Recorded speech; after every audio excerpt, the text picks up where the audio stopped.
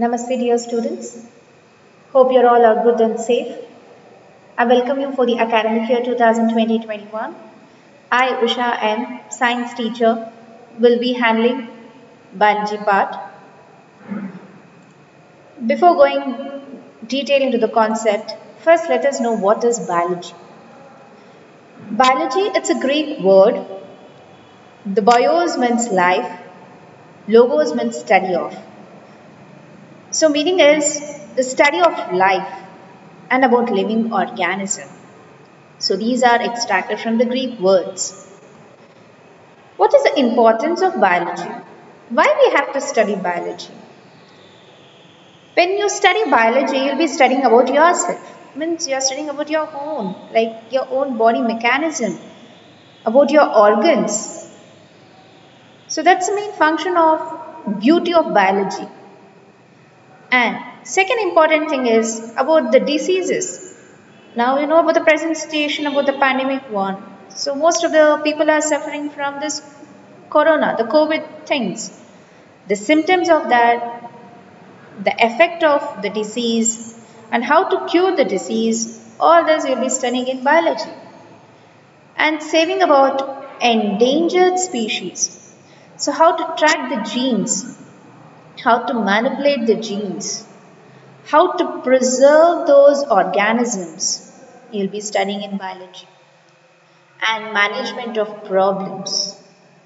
Yes, the available natural resources are getting depleted. There should be several methods to conserve those management, the resources. So how to manage those things, you'll be studying in biology. Next, the biology will appreciate the diversity, the variety of living organisms present on earth. So all about the biology is you'll be studying ourselves and about the surrounding. In class 8th you have studied about these 9 chapters about like our environment, study of cells, classification of living organism, the world of microbes, food and its constituents, nutrition and respiration, reproduction in higher plants, food production, soil and water management, evolution of life. In 9th standard, you will be learning about the fundamental unit of life, that is about cell, an upgrade part. Still more in depth you can study in 9th standard about tissues, diversity in living organisms, why do we fall ill? Yes, exactly what it is matching to our present situation. And about natural resources, how to conserve those natural resources and how to improve in the food resources. As you know, the population has been increasing. You have to know different methods to increase your food resources. Yes, you have to cater all the needs of the human organisms. Yes, a quick recap of what is cell. Who discovered cell first? It's Robert Hooke, an English scientist in 1665. With his primitive microscope, you can see an image over there. Here's a Robert Hooke. And as a primitive microscope which he used, he just saw a cork under the primitive microscope, and there was some sort of honeycomb-like structures he could see. First he named it as boxes, and later these boxes are named it as cells. In your lab, in your class 8, you would have seen the onion peel cells. Yes, there is a nucleus at the center. You have a cell wall, cell membrane, vacuoles. Similarly, it's like a brick wall. So why we use bricks to build any sort of a building? So it is basically required, right? So it's a building unit. Same thing. So when any organisms has to be evolved, the basic unit will be the cells. Now what is cell? It's derived from the Latin word cellula, meaning a little room. It's a basic structural, functional, biological unit of all known organism. It's the smallest unit of life. It is called building blocks of life, and the study of cell is known as cytology, or you can say cell biology or cellular biology. Let us know what is levels of organization. There are different levels of organization. First, the basic thing is cell. Cell will unite to form a tissue with a specific function, and tissues unite to form a particular organ which is still more specified for any function in our body. and group of organs will make an organ system, and it is an organism. You can see over here. Yes. So which type of organ it is? Yeah, it's an important vital organ in our body. It's heart. So group of these organs will make an organ system. So when you come back to the class premises, you can see in the lab you have all this model. So you form an organ system. Group of organs form an organ system. It's a digestive system what you are looking at here.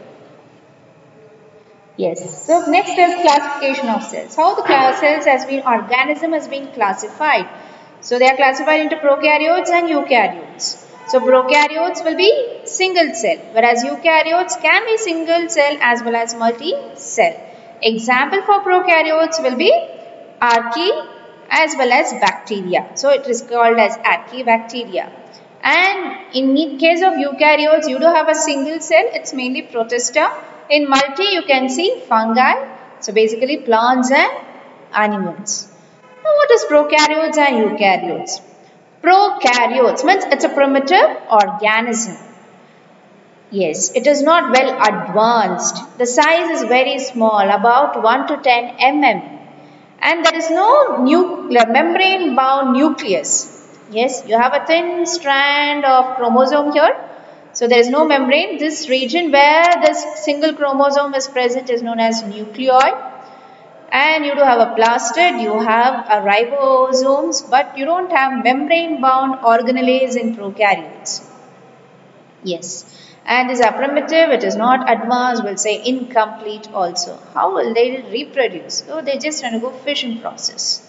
Coming to eukaryotes means they are true organisms, means they do have a particular nucleus. Nucleus is surrounded by nuclear membrane. There is nucleolus here, and you do have all membrane bound organelles. And the size is bigger compared to prokaryotes. So it is around 50 to 100 mm. So it's an advanced one. So ourselves is an example of a eukaryotes. Next, divisionals, unicellular and multicellular. Name itself indicates uni in the sense the body is built by single cell. Multicellular in the sense body is made up of numerous cells. So in unicellular, all these activities will be taking place by means of single cell. So if any injury in the cell, that particular cell, entire organisms can collapse. It can die. Whereas in multicellular, a particular injury in my hand, I cannot say I'll die. No. There will be a healing process. So cell will have a repair mechanism. Yes, so each cell will have a different functions over here. They have specific functions. Next, about plant cell and animal cell. So these are plant cell. The important features which is present is cell wall, and they have a big vacuole, and they do have a nucleus, nucleolus, membrane bound organelles are present. The one important thing is chloroplast, because it is required to prepare their own food. When you compare to an animal cell, they doesn't have cell wall, it doesn't have chloroplast. Yes, and the vacuole size is very small. So these are the things which you have already learned. It's a quick recap for you, where you have to know the basics. And here we go. There is an assignment for you. Just have a look of all these things and find out which organelle which is present only in plant cell. Means it should not be present in animal cell. I said organelle. And name an organelle which is present only in animal cell, which is not present in plant cell. So this has already been done in 8th standard. So just have a quick brush up of your knowledge. It's your previous knowledge, and just come back to this and give an example of prokaryotes. So just find one example for prokaryotes. Thank you. So we'll have a good session hereafter in this academic year.